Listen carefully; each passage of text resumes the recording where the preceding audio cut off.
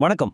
ஒரு தாலாட்டு கேட்கும்போது, இல்லனா ஒரு படகு மெதுவா தண்ணில அசஞ்சாடும்போது, நமக்குள்ள ஒரு விதமான அமைதி வரும் இல்லையா? அந்த உணர்வையே ஒரு கவிதைக்குள்ள கொண்டு வந்தா எப்படி இருக்கும்? அப்படிதான் இருக்கும் வஞ்சிப்பா. தமிழ் இலக்கியத்தோட மிக அழகான, பழமையான ஒரு கவிதை வடிவமான வஞ்சிப்பாவோட அந்த மென்மையான தாள ரகசியங்கள தான் நாம இன்னைக்கு பார்க்க போறோம். சரி, இந்த இனிய பயணத்தை தொடங்கலாமா?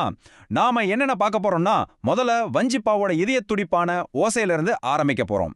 அப்புறம் அது எப்படி இலக்கண விதிகளால கட்டமைக்கப்படுது, அதோட முக்கிய வடிவங்கள் என்ன, அதோட துணை வகைகள் என்னன்னு ஒன்னொன்னா பார்க்க போறோம். எந்த ஒரு கவிதைக்கும் அதோட ஓசை தான் உயிர் மாதிரி. வஞ்சிப்பாவைய மத்த கவிதைகள்ல இருந்து தனிச்சு காட்டுறதே அதோட ஒரு விதமான ஓசை தான். அது என்னன்னு இப்ப பார்க்கலாம். வஞ்சிப்பாவோட இதயம் தூங்கலோசைன்னு சொல்ற இந்த ஓசைதான். இங்க தூங்கல்னா தூங்குறது மட்டும் இல்ல, அசைந்தாடுறதுன்னு ஒரு அர்த்தம் இருக்கு. நீங்க யோசிச்சு பாருங்களேன், ஒரு சோகத்தையோ ஒரு ஏக்கத்தையோ மென்மையா சொல்லும்போது இந்த ஓசை அப்படியே மனச வருடிட்டு போகும்.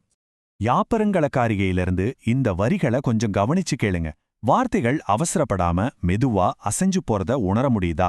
ஒரு நதி எந்த தடையும் இல்லாம சீரா ஓடுற மாதிரி. அதுதான் தூங்கலோசை உருவாக்குற ஒரு மாயாஜாலம். ரொம்ப அழகா இருக்குல்ல? ஆனா கவிஞர்கள் எப்படி இந்த மன்றத்தை வார்த்தைகள்ல கொண்டு வராங்க? இதுக்கு பின்னாடி ஒரு நேர்த்தியான இலக்கண கட்டமைப்பு இருக்கு. வாங்க அதை பார்க்கலாம்.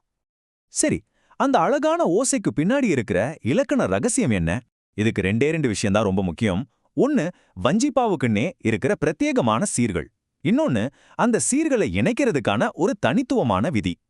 இந்த ஓசையோட அடிப்படை அலகு வஞ்சியுரிச்சீர்னு சொல்லுவாங்க. இது 3 அசைகளை, அதாவது 3 ஒலி அலகுகளைக் கொண்ட ஒரு சிறப்பு சொல். இதுதான் வஞ்சிப்பாவோட தாளத்துக்கே ஆதாரம். கவிதையில அசைங்கிறது ஒரு ஒலியோட சின்ன யூனிட். நம்ம ஆங்கிலத்துல சிலபிள் சொல்ற மாதிரி. இங்க பாருங்க, மா வி மாதிரி 2 அசை சொற்களோட கடைசியில ஒரு நிறை அசைய சேர்க்கும்போது அந்த ஊசலாடுற தாளம் தானாவே உருவாகிடுது. இந்த சின்ன இலக்கண விளையாட்டு தான் வஞ்சிப்பாவோட அழகே. இப்போ இதுல ரொம்ப சுவாரஸ்யமான விஷயம் என்னன்னா, வஞ்சித்தலைங்கிற இந்த இணைப்பு விதி தான். இந்த விதி தான் இந்த தூங்கலோசை எங்கேயும் திக்கித் திணறாம ஒரு நதி மாதிரி மென்மையா ஓடுறத உறுதி செய்யுது. இது ஒரு எளிமையான சமையல் குறிப்பு மாதிரி தாங்க. முதல்ல நிக்கிற சீரோட கடைசி அசை என்னன்னு பாருங்க. அடுத்து வர்ற சீரோட முதல் அசை அதுவா மட்டும் இருக்கக்கூடாது. அவ்வளவுதான். இந்த சின்ன விதி தான் அந்த தடையற்ற மென்மையான ஓட்டத்தை உருவாக்குது. இந்த சீர் தலை விதிகளை வச்சுக்கிட்டு கவிஞர்கள் வஞ்சிப்பாவுல 2 முக்கிய வடிவங்களை உருவாக்குறாங்க. அது ரெண்டுக்கும் உள்ள வித்தியாசம் ரொம்பவே சிம்பிள். அது அடிகளோட நீளம்தான். முதல் வகை குரலடி வஞ்சிப்பா. குரல்னாலே சின்னதுன்னு நமக்கு தெரியும். அதே மாதிரி இதுல வர்ற அடிகள் 2 சீர்களை கொண்ட சின்ன அடிகளா இருக்கும். இதனால ஓட்டம் இன்னும் கொஞ்சம் வேகமா ஒரு சின்ன துள்ளலோட இருக்கும். இரண்டாவது வகை சிந்தடி வஞ்சிப்பா. இதுல 3 சீர்களை கொண்ட கொஞ்சம் நீளமான அடிகள் இருக்கும். இதனால தாளம் இன்னும் கொஞ்சம் நிதானமா, ஆழமா, ஒரு பெரிய அலை மெதுவா வந்து போற மாதிரி இருக்கும். இது ஒரு வேற மாதிரியான தாள நடைய கொடுக்கும். வஞ்சிப்பாவோட குடும்பத்துல இந்த 2 முக்கிய வடிவங்களை தாண்டி இன்னும் ஒரு 3 சுவாரஸ்யமான துணை வகைகளும் இருக்கு. அத பாவினம்னு சொல்லுவாங்க. இந்த அடிப்படை விதிகளை வச்சுக்கிட்டு இவங்க புதுசா சில வடிவங்களை உருவாக்குறாங்க. முதல்ல வஞ்சித்தாழிசை. இதுல ரொம்ப முக்கியமான விஷயம் அதோட அமைப்பு தான். ஒரே பொருளை பத்தி ஒரே மாதிரி அமைப்புல 3 பத்திகள் அடுக்கி வரும்.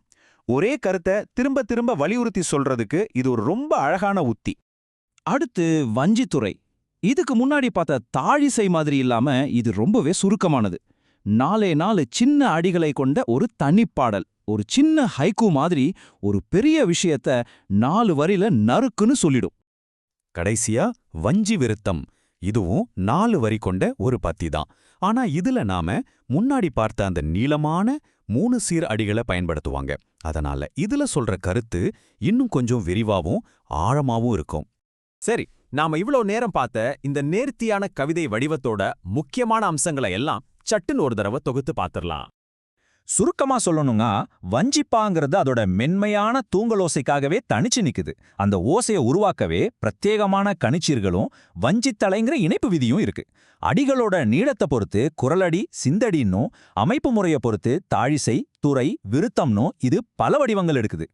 இது நம்ம ஒரு இறுதி கேள்விக்கு கூட்டிட்டு போகுது. இவ்ளோ வேகமா ஓடுற நம்மளோட இந்த நவீன உலகத்துல அவசரமில்லாத நிதானமான இந்த பழங்கால கவிதையோட மென்மையான அசைந்தாடு மோசை இன்றைய கவிஞர்களோட வரிகள்ல எங்கேயாச்சும் இன்னும் ஒலிச்சிட்டு இருக்குமா? யோசிச்சு பாருங்க.